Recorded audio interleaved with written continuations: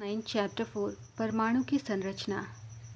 पदार्थ के सबसे सूक्ष्मतम एवं अविभाज्य कण को परमाणु कहते हैं। परमाणु के अंदर 3 अवपरमाणु कण होते हैं। पहला प्रोटॉन, दूसरा न्यूट्रॉन और तीसरा इलेक्ट्रॉन। प्रोटॉन यह धनावेशित कण होता है जो परमाणु के नाभिक में रहता है। यह तत्व के सभी रासायनिक गुणधर्म को प्रदर्शित करता है। परमाणु में प्रोटॉन के घटने या बढ़ने से उनके रासायनिक गुणधर्म भी बदल जाते हैं। न्यूट्रॉन यह ऋणावेशित कण है जो नाभिक के चारों ओर भिन्न भिन्न और निश्चित कक्षाओं में चक्कर काटते हैं। इलेक्ट्रॉन न्यूट्रॉन परमाणु के नाभिक में उपस्थित बिना आवेश वाला कण न्यूट्रॉन है। इस पर कोई आवेश नहीं होता। हाइड्रोजन को छोड़कर सभी परमाणुओं के नाभिक में ये होते हैं। सामान्यतः न्यूट्रॉन को n से दर्शाया जाता है। परमाणु का द्रव्यमान नाभिक में उपस्थित प्रोटॉन और न्यूट्रॉन के द्रव्यमान के योग के द्वारा प्रकट किया जाता है। उदासीन परमाणु सामान्यतः कोई भी परमाणु उदासीन होता है क्योंकि परमाणु में धन प्रोटॉनों की संख्या ऋण इलेक्ट्रॉनों की संख्या के बराबर होती है। यही कारण है कि किसी भी परमाणु पर नेट आवेश शून्य होता है और परमाणु उदासीन होते हैं। किनाल किरणें विसर्जन नलिका के एनोड से निकलने वाले धन आवेशित कणों की धारा है। जब बहुत ही कम दाब पर गैसों में से विद्युत धारा प्रवाहित की जाती है। नाभिक की खोज रदरफोर्ड ने की थी। परमाणु का धन आवेशित भाग नाभिक होता है। परमाणुओं में इलेक्ट्रॉन की संख्या प्रोटॉनों की संख्या के बराबर होती है। इलेक्ट्रॉन नाभिकों के चारों ओर निश्चित कक्षाओं में चक्कर लगाते हैं। जब इलेक्ट्रॉन इस विविभक्त कक्षा में चक्कर लगाते हैं तो उनकी ऊर्जा का विकिरण नहीं होता। परमाणु के नाभिक के चारों ओर इलेक्ट्रॉन के चक्कर लगाने के लिए विभिन्न एवं निश्चित कक्षाएं होती हैं। इन्हें कोश अर्थात शेल भी कहते हैं। इन्हीं कक्षाओं को ऊर्जा स्तर कहते हैं। किसी परमाणु के विभिन्न कोशों में इलेक्ट्रॉन के वितरण को इलेक्ट्रॉनिक विन्यास कहते हैं। किसी परमाणु के बाह्यतम कक्षा में उपस्थित संयोजी इलेक्ट्रॉन्स की संख्या को उस तत्व की संयोजकता कहते हैं। किसी परमाणु के नाभिक में उपस्थित प्रोटॉन की कुल संख्या को परमाणु संख्या कहते हैं। किसी परमाणु के नाभिक में उपस्थित कुल प्रोटॉनों तथा न्यूट्रॉनों की संख्या के योगफल को परमाणु द्रव्यमान संख्या कहते हैं। समस्थानिक किसी तत्व के वे परमाणु होते हैं जिनकी परमाणु संख्या तो बराबर होती है परंतु परमाणु द्रव्यमान भिन्न भिन्न होते हैं। ऐसे परमाणु जिनकी द्रव्यमान संख्या समान परंतु परमाणु संख्या भिन्न भिन्न होती है। प्रश्न किनाल किरणें क्या हैं? उत्तर किनाल किरणें विसर्जन नलिका के एनोड से निकलने वाली धनावेशित किरणों की धारा है।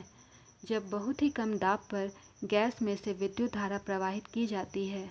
इसकी खोज ई गोल्डस्टीन ने की थी। प्रश्न यदि किसी परमाणु में एक इलेक्ट्रॉन और एक प्रोटॉन हो तो इनमें कोई आवेश होगा या नहीं? उत्तर जब किसी परमाणु में धनावेश और ऋणावेश बराबर हो तो परमाणु विद्युत रूप से उदासीन होंगे, इसलिए इस पर कोई आवेश नहीं होगा। प्रश्न परमाणु उदासीन है, इस तथ्य को थॉमसन के मॉडल के आधार पर स्पष्ट कीजिए। उत्तर थॉमसन के परमाणु मॉडल के अनुसार परमाणु एक धनावेशित गोला है। इसमें इलेक्ट्रॉन क्रिसमस केक में लगे सूखे मेवे की तरह धंसे रहते हैं। चूँकि इस मॉडल के अनुसार ऋणात्मक और धनात्मक आवेश परिणाम में समान होते हैं, इसीलिए परमाणु वैद्युत रूप से उदासीन होते हैं। प्रश्न रदरफोर्ड के परमाणु मॉडल के अनुसार परमाणु के नाभिक में कौन सा अवपरमाणु कण विद्यमान है? उत्तर रदरफोर्ड के परमाणु मॉडल के अनुसार परमाणु के नाभिक में धनावेशित अवपरमाणु कण प्रोटॉन विद्यमान है। प्रश्न 3 कक्षाओं वाले बोर के परमाणु मॉडल का चित्र बनाइए। यह है 3 कक्षाओं वाले बोर के परमाणु। सबसे मध्य में नाभिक है, ये पहली कक्षा है।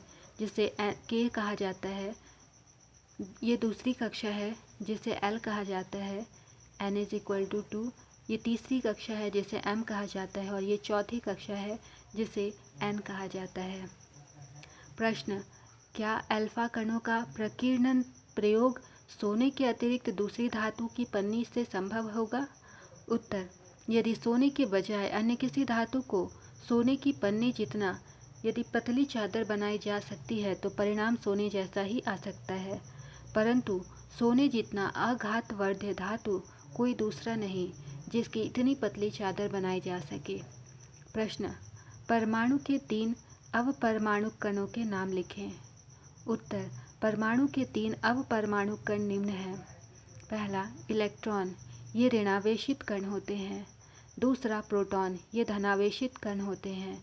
तीसरा, न्यूट्रॉन, न्यूट्रॉन पर कोई आवेश नहीं होता।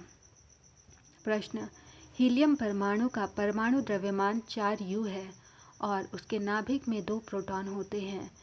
इनमें कितने न्यूट्रॉन होंगे? उत्तर, हीलियम का द्रव्यमान 4U है, प्रोटॉनों की संख्या 2 है। इनका परमाणु द्रव्यमान प्रोटॉन की संख्या जोड़ न्यूट्रॉन की संख्या। परमाणु द्रव्यमान 4 दिया हुआ है, प्रोटॉनों की संख्या 2 है, न्यूट्रॉन की संख्या हमें पता करनी है। तो न्यूट्रॉन की संख्या बराबर 4 है, इस 2 को इस तरफ ले आएंगे तो 4 - 2, उत्तर होगा 2। अतः हीलियम में न्यूट्रॉनों की संख्या 2 होगी। प्रश्न, कार्बन और सोडियम के परमाणुओं के लिए इलेक्ट्रॉन वितरण लिखिए। कार्बन का इलेक्ट्रॉनिक विन्यास है 2 4। सोडियम का इलेक्ट्रॉनिक वितरण है 2 8 1। प्रश्न, अगर किसी परमाणु का K और L कोश भरा है तो उस परमाणु में इलेक्ट्रॉनों की संख्या क्या होगी? उत्तर, यदि किसी परमाणु का K और L कोश भरा हो तो उसमें इलेक्ट्रॉनों की संख्या 2 जोड़ 8 अर्थात 10 होगी।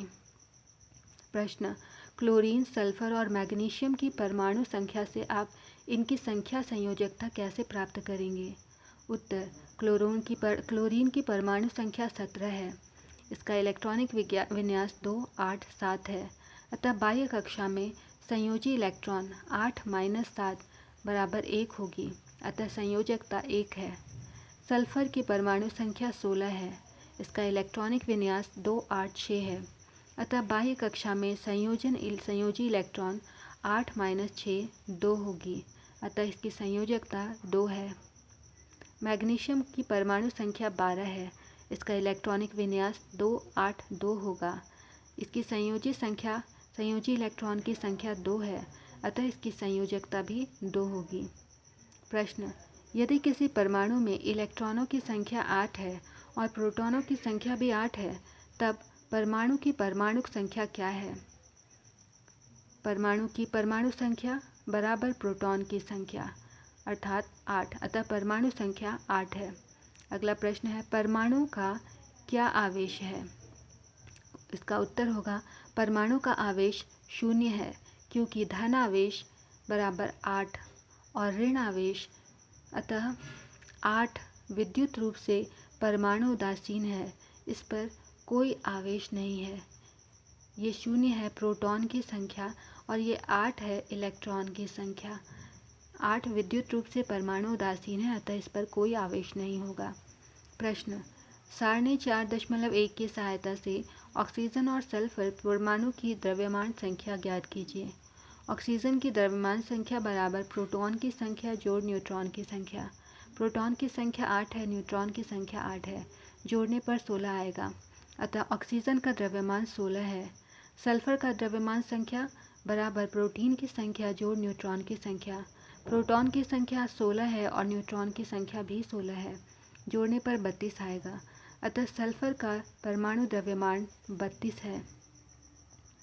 प्रश्न, चिन्ह A, D और T के लिए प्रत्येक में पाए जाने वाले 3 अवपरमाणु कणों को सारणीबद्ध कीजिए। ये हमारा H, D और T है। H प्रोटियम के लिए है, D ड्यूट्रॉन के लिए है, T ट्राइटन के लिए है। तो यहाँ पर हमें निकालना है H, D और T में पाए जाने वाले 3 परमाणु कणों को सारणीबद्ध कीजिए। इसमें प्रोटियम में इलेक्ट्रॉन की संख्या 1 होती है, प्रोटॉन की संख्या 1 होती है और न्यूट्रॉन की संख्या 0 होती है। ड्यूटेरियम में इलेक्ट्रॉन 1 होता है, प्रोटॉन 1 होता है, न्यूट्रॉन भी 1 होता है। और ट्राइटन में इलेक्ट्रॉन 1 होता है, प्रोटॉन भी 1 होता है और जबकि न्यूट्रॉन 2 होता है। अगला प्रश्न है, समस्थानिक और समभारिक के किसी एक युग्म का इलेक्ट्रॉनिक विन्यास लिखिए। तो कार्बन के 2 समस्थानिकों का इलेक्ट्रॉनिक विन्यास इस प्रकार है। ये है कार्बन के समस्थानिक C612। इनकी परमाणु संख्या 6 है, इलेक्ट्रॉनिक विन्यास 2 और 4 होगा। दूसरा है C614। इसकी परमाणु संख्या 6 है, इलेक्ट्रॉनिक विन्यास 2 और 4 होगा। समस्थानिकों के इलेक्ट्रॉनिक विन्यास समान होते हैं। समभारिक के इलेक्ट्रॉनिक विन्यास जैसे कैल्शियम 4020, परमाणु संख्या 20 है, इलेक्ट्रॉनिक विन्यास 2882 है। आर्गन 1840, इनकी परमाणु संख्या 18 है, इलेक्ट्रॉनिक विन्यास 288 है। समभारिक के इलेक्ट्रॉनिक विन्यास भिन्न भिन्न होते हैं। अगला प्रश्न है, इलेक्ट्रॉन, प्रोटॉन और न्यूट्रॉन के गुणों की तुलना कीजिए। तो हमारे इलेक्ट्रॉन का द्रव्यमान 9.108 गुना 10⁻³ kg होता है। प्रोटॉन का द्रव्यमान 1.67 × 10⁻⁻27 kg होता है, जबकि न्यूट्रॉन का द्रव्यमान 1.67 × 10⁻⁻27 kg होता है। इलेक्ट्रॉन पर इकाई ऋण आवेश होता है, यानी -1.602 × 10⁻³ प्रोटॉन पर इकाई धनावेश होता है, यानी +1.6 × 10⁻⁻19 कूलम। और न्यूट्रॉन विद्युत उदासीन होता है, अर्थात इस पर कोई भी आवेश नहीं होता है। प्रश्न, जे थॉम्सन के परमाणु मॉडल की क्या सीमाएं हैं? जे थॉम्सन के परमाणु मॉडल के उदासीन होने की व्याख्या तो की गई है, परंतु इस मॉडल के द्वारा दूसरे वैज्ञानिकों द्वारा किए गए प्रयोगों के परिणामों को समझाया नहीं जा सकता। प्रश्न, रदरफोर्ड के परमाणु मॉडल की क्या सीमाएं हैं? उत्तर, रदरफोर्ड ने बताया कि इलेक्ट्रॉन परमाणु के चारों ओर वर्तुलाकार चक्कर लगाते हैं और ऊर्जा क्षयित करते रहते हैं। यदि ऐसा है तो इलेक्ट्रॉन चक्कर लगाते हुए नाभिक से टकरा जाएंगे, जिससे परमाणु अस्थिर हो जाएगा। वैद्युत चुंबकीय सिद्धांत के अनुसार रदरफोर्ड के परमाणु मॉडल परमाणु को अस्थिर बनाता है, जबकि परमाणु स्थायी होता है। प्रश्न, बोर के परमाणु मॉडल की व्याख्या कीजिए। उत्तर, नील बोर अपने परमाणु मॉडल की निम्न अवधारणाएं प्रस्तुत करते हैं। पहला, इलेक्ट्रॉन केवल कुछ निश्चित कक्षाओं में ही चक्कर लगा सकते हैं, जिन्हें इलेक्ट्रॉन की विविक्त कक्षा कहते हैं। दूसरा, जब इलेक्ट्रॉन इस विविक्त कक्षा में चक्कर लगाते हैं तो इनकी ऊर्जा का विकिरण नहीं होता। प्रश्न, इस अध्याय में दिए गए सभी परमाणु मॉडल की तुलना कीजिए। उत्तर, पहला, जे थॉम्सन का परमाणु मॉडल। जे थॉम्सन ने परमाणुओं की संरचना से संबंधित एक मॉडल प्रस्तुत किया जो तरबूज की तरह था। उन्होंने इसके लिए निम्न मॉडल प्रस्तावित किए। पहला, परमाणु धनावेशित गोले का बना होता है और इलेक्ट्रॉन उसमें धंसे होते हैं। दूसरा, ऋणात्मक और धनात्मक आवेश परिणाम में समान होते हैं, इसलिए परमाणु वैद्युतीय रूप से उदासीन होते हैं। दूसरा है रदरफोर्ड का परमाणु मॉडल। रदरफोर्ड का परमाणु मॉडल के अनुसार परमाणु में धनावेशित भाग उसके केंद्र में होता है, जिसे नाभिक कहा जाता है। इस नाभिक में परमाणु का समस्त द्रव्यमान स्थित रहता है। इलेक्ट्रॉन नाभिक के चारों ओर स्थित रिक्त स्थान में चक्कर लगाते हैं। नाभिक का आकार परमाणु के आकार की तुलना में अत्यंत कम या उपेक्षणीय है, ठीक वैसे ही जैसे एक बड़े से मैदान के बीच में रखा फुटबॉल। अगला मॉडल है बोर का परमाणु मॉडल। इलेक्ट्रॉन केवल कुछ निश्चित कक्षाओं में ही चक्कर लगा सकते हैं। इन्हें इलेक्ट्रॉन की विविक्त कक्षा कहते हैं। जब इलेक्ट्रॉन इस विविक्त कक्षा में चक्कर लगाते हैं तो उनकी ऊर्जा का विकिरण होता है। यही था हमारे बोर का परमाणु मॉडल। अगला प्रश्न है, पहले 18 तत्वों के विभिन्न कक्षाओं में इलेक्ट्रॉन वितरण के नियम को लिखिए। उत्तर, किसी भी परमाणु के विभिन्न कक्षाओं में इलेक्ट्रॉनों की संख्या निश्चित होती है, जो सूत्र 2n² के द्वारा ज्ञात किया जाता है। यहाँ n इलेक्ट्रॉनों की क्वांटम संख्या को प्रदर्शित करता है। अतः इस सूत्र से परमाणु के विभिन्न कक्षाओं k, l, m और n में इलेक्ट्रॉनों की अधिकतम संख्या निम्न होगी। प्रथम कक्षा k कक्ष में 2 × 1² फॉर सूत्र होता है, तो 2n हमारा 1 है, तो 2n², तो ये हो गया 2। द्वितीय कक्षा में 2 × n, द्वितीय कक्षा है तो 2 का स्क्वायर गुना करेंगे, ये हो जाएगा 8।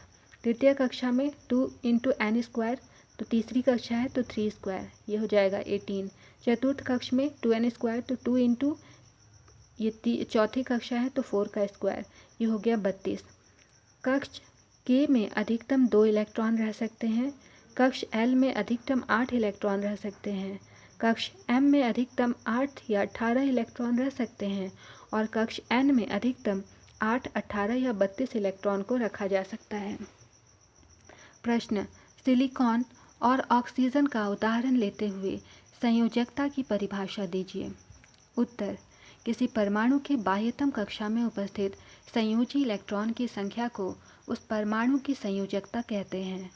संयोजी इलेक्ट्रॉन किसी परमाणु के इलेक्ट्रॉन त्यागने की क्षमता या इलेक्ट्रॉन ग्रहण करने की क्षमता होती है, जिससे वह परमाणु अंतिम कक्षा में अपना अष्टक पूरा कर सके।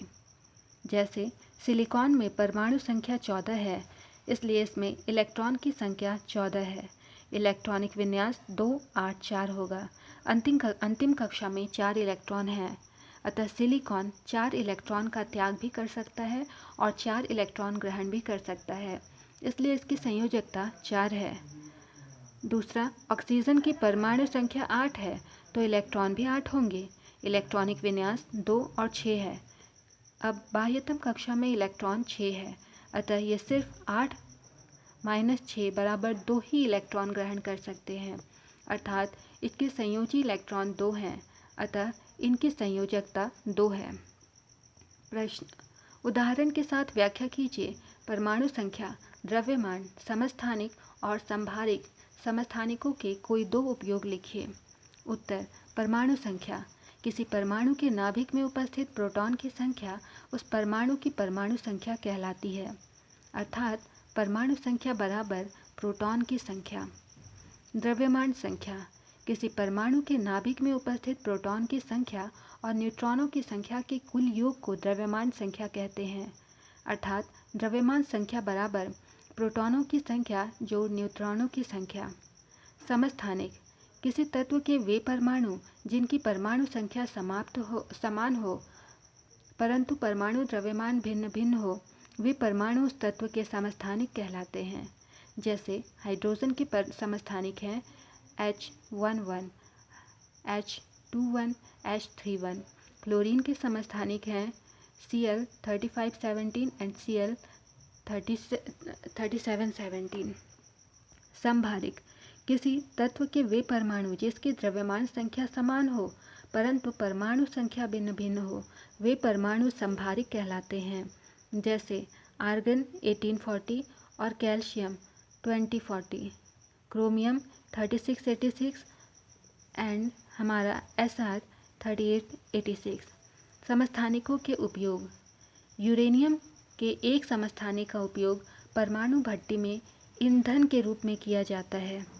दूसरा, कैंसर के उपचार में कोबाल्ट के समस्थानिक का उपयोग किया जाता है।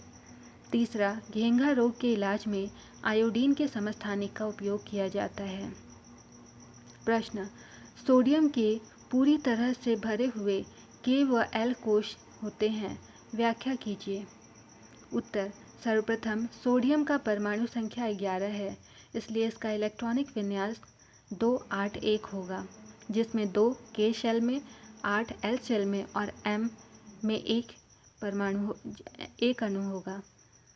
अब सोडियम धनायन तब बनाएगा जब सोडियम अपने अंतिम कक्ष में उपस्थित एक इलेक्ट्रॉन का त्याग कर दे। इलेक्ट्रॉन त्यागने से धनायन बनता है और इलेक्ट्रॉन ग्रहण करने से ऋणायन बनता है। जब सोडियम परमाणु एक इलेक्ट्रॉन त्याग करता है तो इसका M कोश विलुप्त हो जाता है और यह अपने निकटतम उत्कृष्ट गैस के विन्यास को प्राप्त करता है और सोडियम आयन बनता है। जैसे K में 2 आयन है, L में 1 आयन है। M का त्याग कर दिया है इसने, तो M का 1 आयन समाप्त हो गया, ये M समाप्त हो गया। चूँकि कोश K अधिकतम 2 इलेक्ट्रॉन धारण कर सकता है और कोश L अधिकतम 8 धारण कर सकता है, अतः सोडियम आयन में K व L कोश भरे हुए होते हैं। ये K और L कोश यहाँ पर भरे हुए हैं।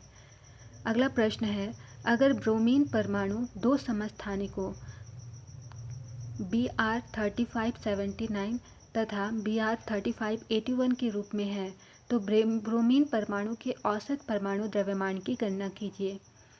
उत्तर, ब्रोमीन परमाणु के 2 समस्थानिक हैं, पहला Br3579 और दूसरा Br3581। तो ब्रोमीन का औसत परमाणु भार कितना होगा? 79। यहाँ पर परमाणु भार द्रव्यमान यहाँ पे इसका दिया हुआ है 79 गुना कितना प्रतिशत है, तो 49.7 और ये प्रतिशत को हटाएं यहाँ पर तो ये 100 हो गया। इसमें जोड़ेंगे, इसका भार है 81 गुना ये हो गया 50.3, प्रतिशत को यहाँ हटाएं तो ये 100 हो गया। अब इसको हम कैंसिल आउट करेंगे, इस पॉइंट को यहाँ पर से इसको मल्टीप्लाई करके इसको कैंसिल आउट करेंगे, फिर जो भी आएगा आंसर इसको जोड़ेंगे तो फाइनल आंसर आएगा 80.006 U। अगला प्रश्न है, एक तत्व X का परमाणु द्रव्यमान 16.2 U है तो किसी नमूने में समस्थानिक X816 और X818 का प्रतिशत क्या होगा? उत्तर, माना कि नमूने में X816 का प्रतिशत P है तो नमूने में X818 में प्रतिशत कितना होगा? तो 100 - P हो जाएगा। अब तत्व का औसत द्रव्यमान कितना होगा? तो 16 गुना P/100 जोड़ 18 गुना ये 100 - P/100। अब इनमें सभी वैल्यूज़ को हम पुट करेंगे तो हमारा आएगा फाइनल आंसर 90% आ जाएगा। अतः तत्व में 90% X816 में हमारा 90% है और तत्व X818 में कितना है? 100 - 90 बराबर 10% है। अगला प्रश्न है, यदि तत्व का Z बराबर 3 है तो तत्व की संयोजकता क्या होगी? तत्व का नाम भी बताना है। तत्व का Z 3 है, इसका इलेक्ट्रॉनिक विन्यास 2-1 होगा, अतः यह तत्व अपने बाह्यतम कक्षा में उपस्थित 1 इलेक्ट्रॉन का त्याग कर सकता है। अतः इलेक्ट्रॉन त्यागने की क्षमता 1 है, इसलिए इसकी संयोजकता भी 1 होगी। यह तत्व लिथियम है। प्रश्न, 2 परमाणु स्पीशीज के केंद्रकों का संघटक नीचे दिया गया है। X में प्रोटॉन है 6 और न्यूट्रॉन है 6, Y में प्रोटॉन है 6 और न्यूट्रॉन है 8। X और Y की द्रव्यमान संख्या ज्ञात कीजिए। इन दोनों स्पीशीज़ में क्या संबंध है? तो तत्व X का द्रव्यमान संख्या क्या होगा निकालना है, तो कैसे निकालेंगे? प्रोटॉन की संख्या जोड़ न्यूट्रॉन की संख्या, तो प्रोटॉन की संख्या है 6 और न्यूट्रॉन भी है 6, जोड़ने पर आएगा 12 U।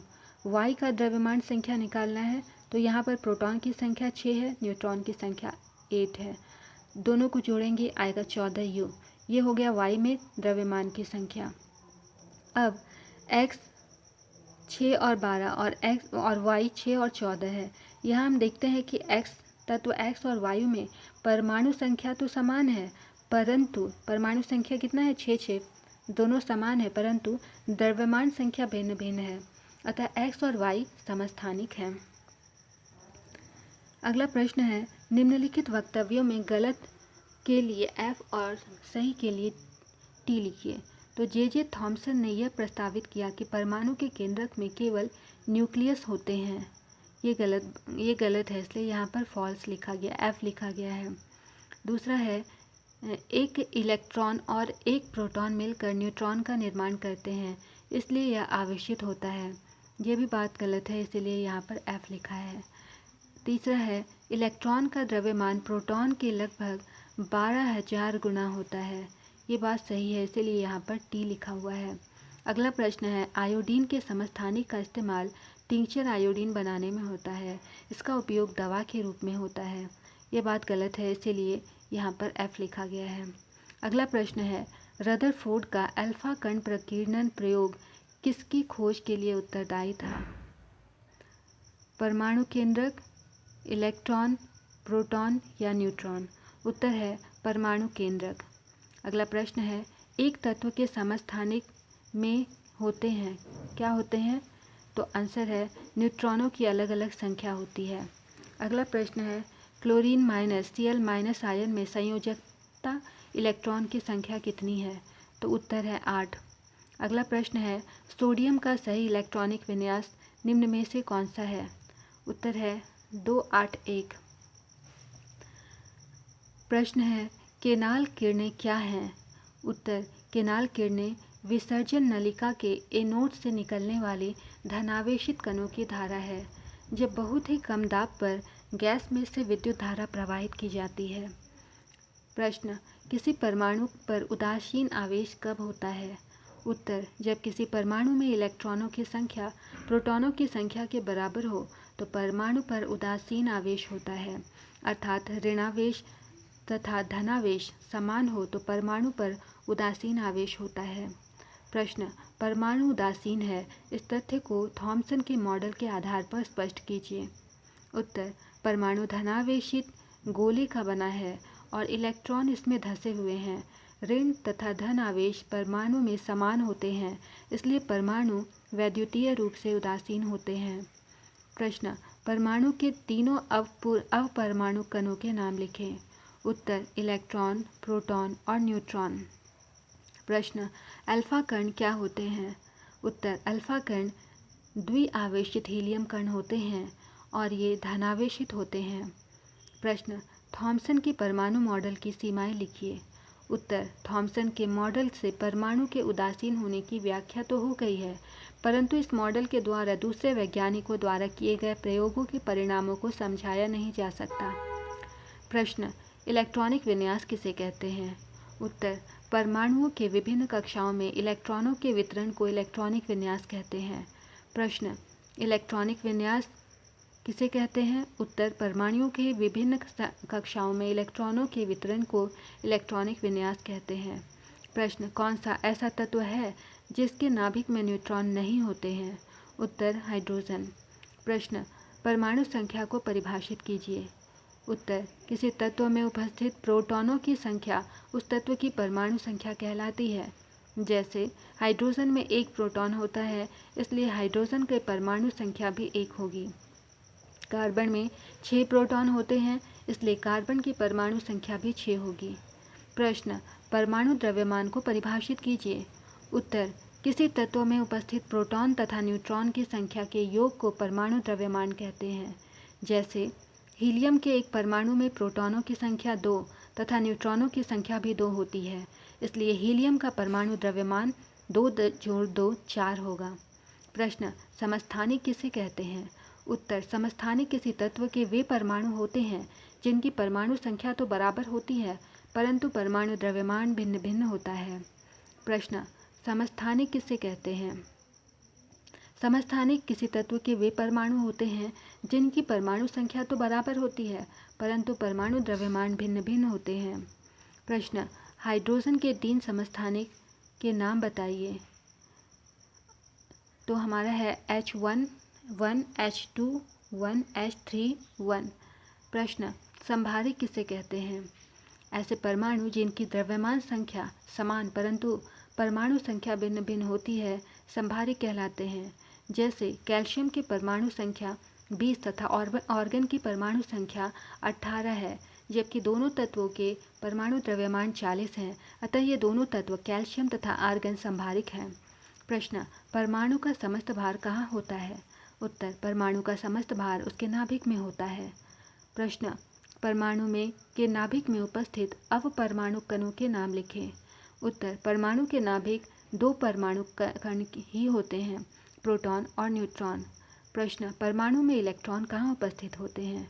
उत्तर, परमाणु में इलेक्ट्रॉन उसके नाभिक के चारों ओर विभिन्न और निश्चित कक्षाओं में चक्कर काटते हैं। प्रश्न, संयोजकता क्या है? इसे कैसे ज्ञात किया जाता है? उदाहरण सहित समझाइए। उत्तर, परमाणु के बाह्यतम कक्ष में उपस्थित इलेक्ट्रॉनों को अपना अष्टक पूरा करने के लिए जितने इलेक्ट्रॉनों की साझेदारी या स्थानांतरण होता है, वही उस तत्व का संयोजक शक्ति का संयोजकता कहलाती है। किसी तत्व का संयोजकता उसके बाह्यतम कक्ष में उपस्थित इलेक्ट्रॉनों की संख्या पर निर्भर करती है। यदि बाह्यतम कक्ष में उपस्थित इलेक्ट्रॉनों की संख्या 1, 2, 3 और 4 हो तो उसकी संयोजकता क्रमशः 1, 2, 3 और 4 होगी। यदि बाह्यतम कक्ष में उपस्थित इलेक्ट्रॉनों की संख्या 5, 6, 7 और 8 हो तो उनकी संयोजकता क्रमशः 3, 2, 1 और 0 होगी।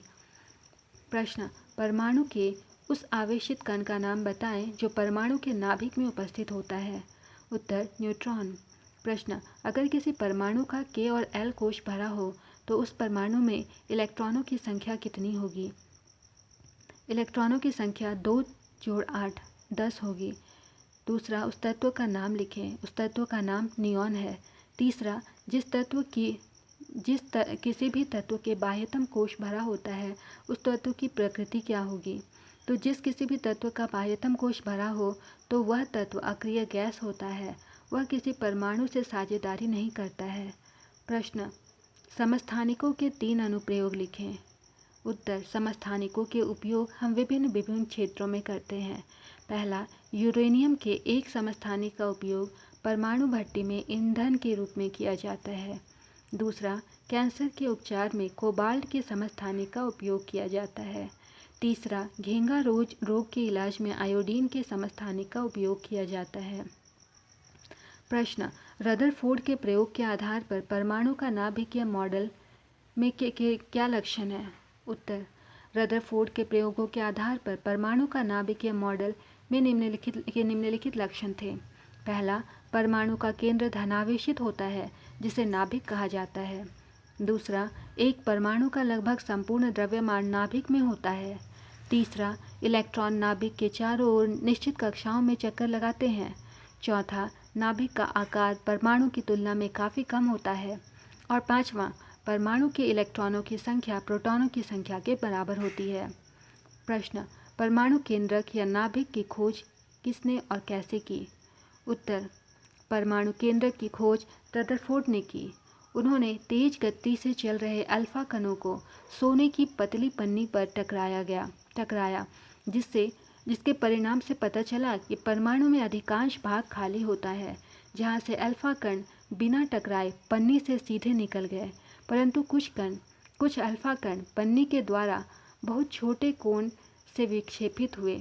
जहाँ से ये कण विक्षेपित हुए थे, दरअसल वह परमाणु का नाभिक अर्थात केंद्रक था। इस प्रकार रदरफोर्ड ने नाभिक की खोज की।